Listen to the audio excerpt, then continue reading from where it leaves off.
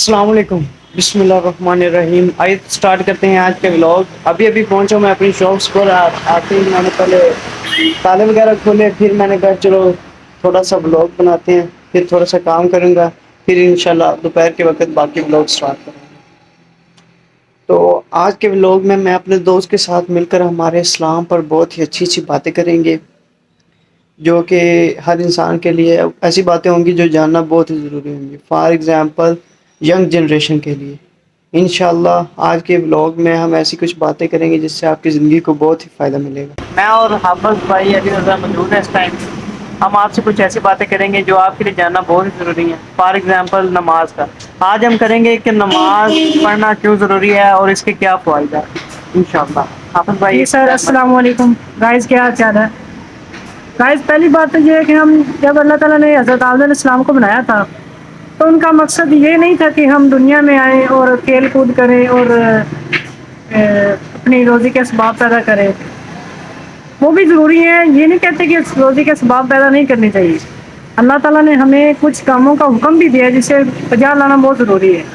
For example ہمارے اللہ تعالیٰ نے ہمیں 5 ارکان کو بجا لانے کا حکم دیا ہے، جس میں نماز سب سے پہلا اور بہت ہی اہم رکن بنتا ہے، جس کا حکم ہمارے پیارے نبی صلی اللہ علیہ وسلم نے ہر جگہ پر ہر موقع پر کرنے کا حکم دیا ہے۔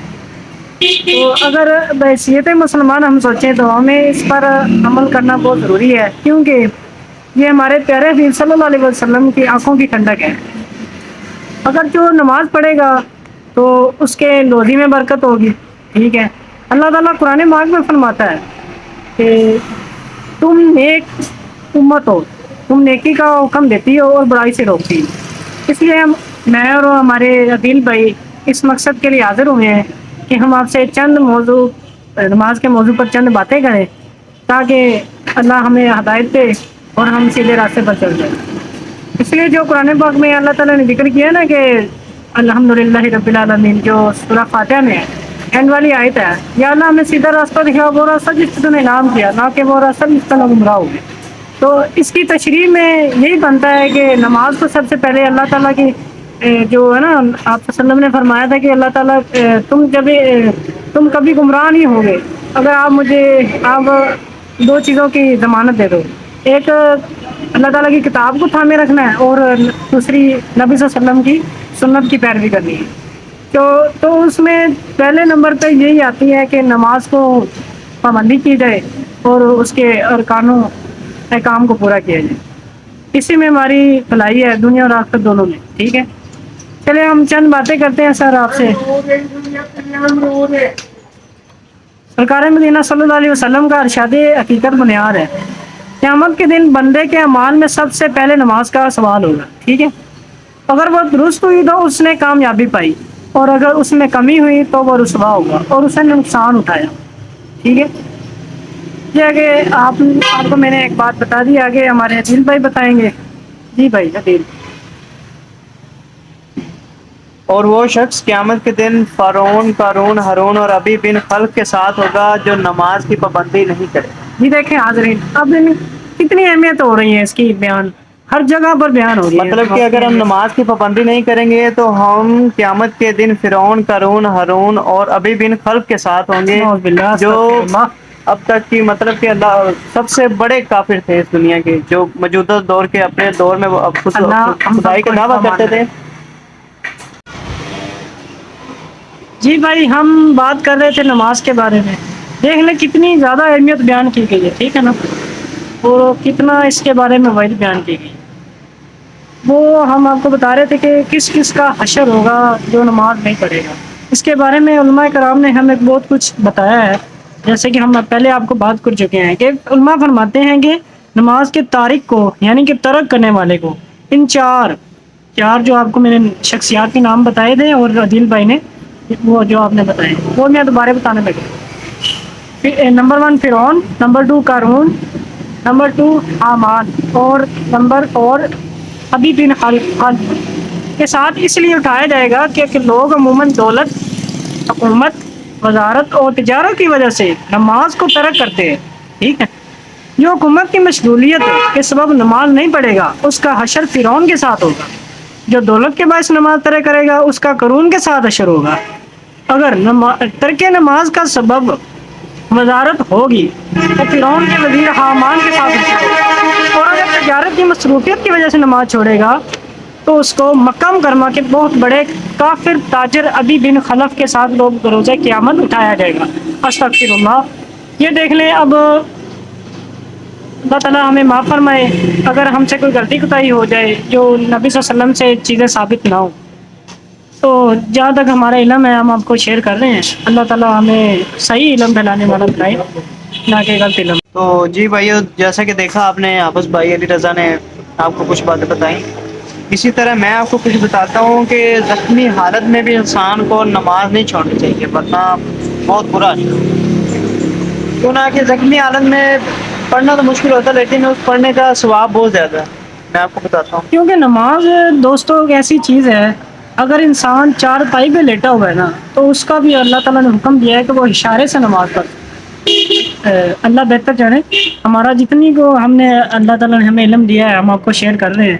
اور اگر ہم سے کوئی غلطی بتا جائے پلیز معذرت ہے آپ سے کہ ہمیں معاف کر دینا. ٹھیک ہے. جب حضرت سیدنا عمر فاروق رضی اللہ تعالیٰ عنہ پر قاتلانہ حملہ ہوا تو ان سے عرض کی کہ اے امیر المومنین نماز کا وقت ہے. فرمایا جی ہاں سنیے، جو شخص نماز کو ضائع کرتا ہے اس کو اسلام میں کوئی حصہ نہیں. اور حضرت سیدنا عمر فاروق رضی اللہ تعالیٰ عنہ نے شدید زخمی ہونے کے باوجود نماز ادا فرمائی. رضی اللہ تعالیٰ عنہ جن سے اللہ پاک راضی ہیں. بالکل. اللہ تعالیٰ جن قرآن سے پاک میں فرماتا ہے رضی اللہ عنہ ورضوا عنہ. اللہ ان سے راضی ہوا اور وہ اللہ سے راضی. مطلب کہ اللہ پاک ان سے راضی ہے، اس کے باوجود انہوں نے زخمی حالت میں نماز بھی پڑھی. اور ہمیں چھوٹی سی خراش آ جائے تو ہم کہہ رہے ہوتے ہیں نہیں یار ہاتھ نہیں دھوئے جانے، ہم نماز نہیں پڑھی. اور اس کے بعد دوسری بات یہ ہے کہ سردیوں کے دن ہے تو اللہ بہتر چاہے کوئی غلطی کا ہی ہو تو میں آپ کو نبی صلی اللہ علیہ وسلم کا ایک واقعہ سناتا ہوں. ایک دفعہ سردیوں کے دن تھے، آپ صلی اللہ علیہ وسلم سردیوں میں باہر آئے تو صحابہ کرام کھڑے تھے تو ایک ٹہنی کو نا پتے کے ہلایا تو فرمایا کہ وہ جب ہم ہلاتے ہیں نا ٹہنی کو تو وہ پتے اس سے جھڑتے ہیں. تو آپ صلی اللہ علیہ وسلم نے فرمایا جب انسان اچھی طرح وضو کرے اور اچھی طرح وضو کرے جس طرح بیان کیا گیا ہے تو وہ اس کے گناہ اس طرح جھڑتے ہیں جس طرح اس درخت سے پتے جھڑ رہے ہیں. ایسے ہی عادل. یہ دیکھیں اب کتنی پیاری آپ صلی اللہ علیہ وسلم سیرت لے کر آئے ہیں. آپ صلی اللہ علیہ وسلم کی آنکھوں کی ٹھنڈک ہے. آپ صلی اللہ علیہ وسلم نے فرمایا نماز مومن کی معراج ہے. تو ہمیں کیوں نہ نماز کی طرف متوجہ ہونا چاہیے اور اپنے دین کو مستحکم اور اسی طرح میں آپ سے ایک اور بات شیئر کرتا ہوں.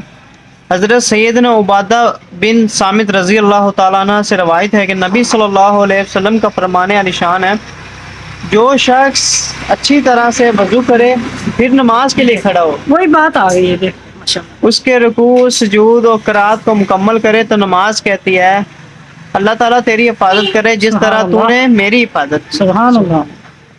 پھر اس نماز کو آسمان کی طرف لے جایا جاتا ہے اور اس کے لیے چمک اور نور ہوتا ہے. بس اس لیے آسمان کے دروازے کھولے جاتے ہیں حتیٰ کہ اسے اللہ تعالیٰ کی بارگاہ میں پیش کیا جاتا ہے. سبحان اللہ. اور وہ نماز اس نمازی کی شفاعت کرتی ہے. سبحان اللہ. اور اگر وہ اس کا رکوع سجود اور قرات مکمل نہ کرے تو نماز کہتی ہے اللہ تعالیٰ تجھے چھوڑ دے جس طرح تو نے مجھے ضائع کیا. جی عادل بھائی آپ کی بات کر رہا ہوں. یہ دیکھیں اب نماز پڑھنا صرف ضروری نہیں ہے، ٹھیک ہے نا.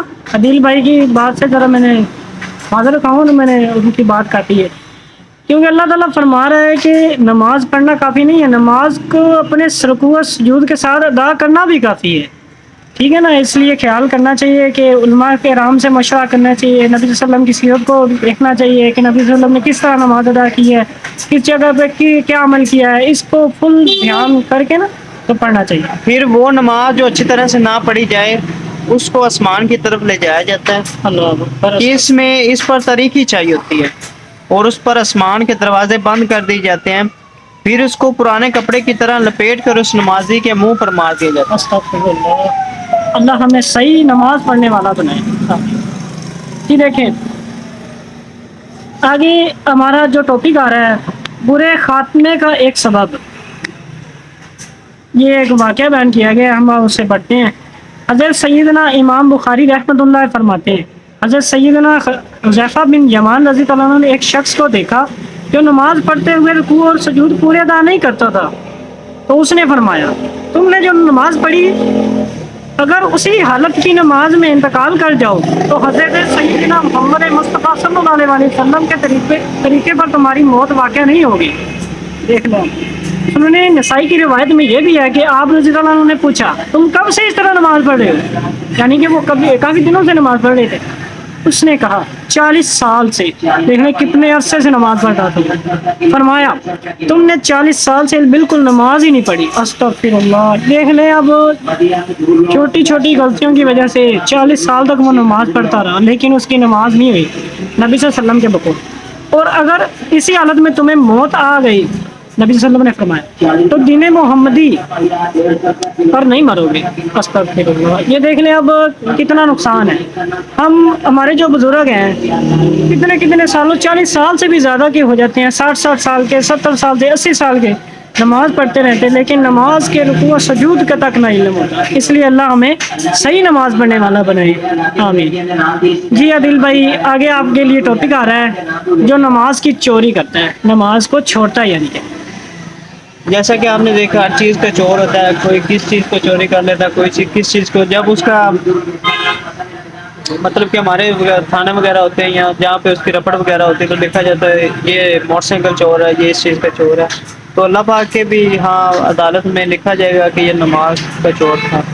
حضرت سیدنا ابو قتادہ رضی اللہ تعالیٰ عنہ سے روایت ہے کہ سرکار مدینہ صلی اللہ علیہ وآلہ وسلم کا فرمان ہے لوگوں میں بدترین چور وہ ہے جو بائک کو چوری کرے یا کسی اور چیز کو کرے، جس چیز کو بھی مرضی چوری کرے، ان چوروں سے بھی بدترین چور وہ ہے آپ وسلم کے اکارڈنگ جو اپنی نماز میں چوری کرے۔ نماز میں چوری کا مطلب یہ نہیں کہ نماز کو قضا کرے، یہ چیز کو مطلب کہ جو نماز کو قضا کرتا ہے تو وہ تو ہے ہی چور۔ چوری کا مطلب دل بھائی میرے ذہن میں جو میرے مطابق ہے نا، جو میرا علم ہے، جو مقبول سا علم ہے وہ یہ ہے کہ 5 نمازیں ہیں نا، تو اس میں سے بندہ ایک پڑھ لیتا ہے صبح فجر کے وقت، ٹھیک ہے، تو پھر کہتا ہے یار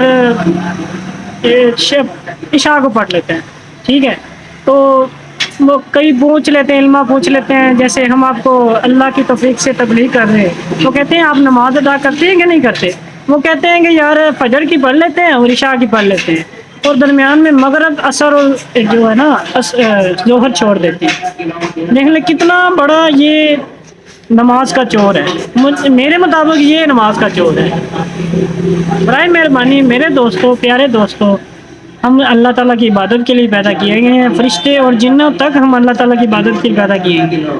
مہربانی کر کے اپنی آخرت کی تیاری کریں، کیونکہ اللہ تعالیٰ فرماتا ہے اگر ہم آخرت کی تیاری کریں گے نا تو اللہ تعالیٰ ہماری دنیا بھی سنوار دے گا۔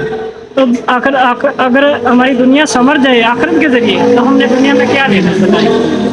اسے کہتے ہیں نماز کا چور۔ فرمایا گیا لوگوں میں بدترین چور وہ ہے جو اپنی نماز کی چوری کرے۔ عرض کی گئی یا رسول اللہ صلی اللہ تعالیٰ علیہ وآلہ وسلم نماز کا چور کون ہے؟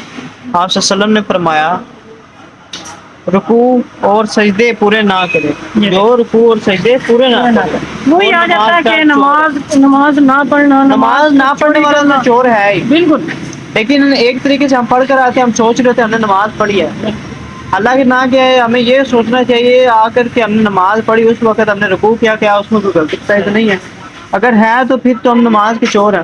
اگر ایک طریقے سے بعد میں ہم کہیں گے ہمیں تو پتہ نہیں چلا، وہ ٹھیک ہے، ایک الگ بات ہے، لیکن ہمیں اس پر دیکھنا چاہیے کہ ہم نے نماز کیسے پڑھی، علماء کی باتیں سننی چاہیے کہ انہوں نے کیسے فرمایا ہے اکارڈنگ ٹو علماء، یا پھر جو لکھا گیا حدیث پاک میں۔ چور کی حدیثیں 2 قسمیں ہیں نا، وہ بتائیے ہمیں آپ، تاکہ ہمیں پتہ چلے کہ ہمیں ہمارے علم میں اضافہ ہو۔ چور کی قسم کیا ہے؟ شہیر حکیم الامت حضرت مفتی احمد یار خان علیہ رحمۃ الناس اس حدیث کے تحت فرماتے یہ بہت ہی ہیں اچھے علماء رہے ہیں اپنے مذہب کے بارے۔ معلوم ہوا مال کے چور سے نماز کا چور بدتر ہے۔ پچھلی جو میں نے آپ کا نماز کا چور بتایا، انہوں نے بھی اس کو دیکھتے ہوئے فرمایا معلوم ہوا کہ مال کے چور سے نماز کا چور بدتر ہے، کیونکہ مال کا چور اگر سزا بھی پاتا ہے تو کچھ نہ کچھ نفع بھی اٹھا لیتا ہے۔ فار ایگزامپل اگر کسی نے بائک چوری کی اور اس نے ایک دفعہ تو یوز کر لیا، بعد میں اگر وہ پکڑا بھی گیا، اس نے تو اپنی چیز استعمال کر لیا نا، اس نے ایک طریقے سے اپنا نفع بھی اٹھا لیا، لیکن وہ جو ہونا تھا دنیاوی چور، مال وغیرہ کا چور، اس سے تو ایک طرح کی معافی بھی مل جاتی ہے، مال کی چوری کر لی یا کسی کی چوری کر لی وہ معافی کر دیتا ہے۔ تو آگے نماز کے چور کے بارے میں کیا بیان ہے؟ نماز کا چور سزا پوری پائے گا۔ استغفر اللہ، یہ دیکھ لیں آپ۔ باقی اللہ تعالیٰ کی رحمت ہے، اگر ہمیں اللہ بخشے، اللہ تعالیٰ بہتر وہ جانتا ہے، کون سے ٹھیک ہے؟ علامہ اقبال کا شعر تھا، بستر سے اٹھ کر؟